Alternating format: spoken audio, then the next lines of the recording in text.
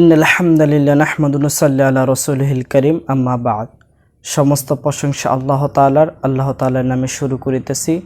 বিশ্বের সকল মুসলমান ভাই ও বোনদের প্রতি আন্তরিক মোবারকবাদ। আজকে আমি খুবই গুরুত্বপূর্ণ কথা বলবো ইনশাআল্লাহ। আশা করি আপনারা সকলে এই সম্পূর্ণ ভিডিওটি দেখবেন। আজকে আমি কথা বলবো মুহররম মাস নিয়ে। আরবি মাসের শুরু মাস হচ্ছে মুহররম মাস, খুবই বরকতপূর্ণময় মাস। এই মাসে অনেক গুরুত্বপূর্ণ কিছু আমল রয়েছে। ইনশাআল্লাহ এই আমলগুলো আমরা আজকে বলবো। ইনশাআল্লাহ সকলে আমল করার চেষ্টা করব। রাসূল করিম সাল্লাল্লাহু আলাইহি ওয়াসাল্লাম বলেছেন, রমজান মাসের পর যদি কোনো গুরুত্বপূর্ণ রোজা থাকে সেটা হচ্ছে মুহররম মাসের রোজা। মুহররম মাসের রোজার বিষয়ে আমরা সকলে অবগত আছি এবং সকলেই এটা জানি। তো কথা হচ্ছে মুহররম মাসের রোজাটা আমরা কিভাবে পালন করব। আসলে মুহররম মাসের রোজাটা হচ্ছে মুহররম মাসের 10 তারিখে।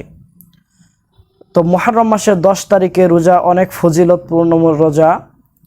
তো এখন কথা হচ্ছে মুহররম মাসের 10 তারিখে রোজা, এই অনুসরণটা ঈসাই খ্রিস্টান জাতিরা অনুসরণ করে। যারা মুসা আলাইহিস সালামের অনুসরণ আছে, তারা মুসা আলাইহিস সালামের নামে এই রোজাটি অনুসরণ করে।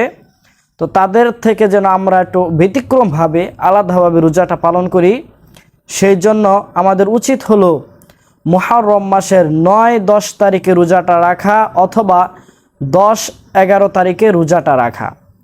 এইভাবে যদি আমরা রোজাটা রাখি তাহলে আমাদের রোজাটা সহি শুদ্ধ হবে এবং সঠিক নিয়মে রোজা রাখা হবে।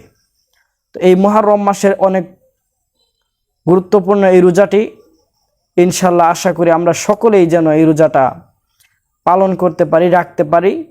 আল্লাহ পাক রব্বুল আলামিন আমাদের সকলকেই, আমাদের বিশ্বের সকল মুসলমান ভাইদেরকে এই আমলটি করার, এই রোজাটি রাখার তৌফিক দান করুক।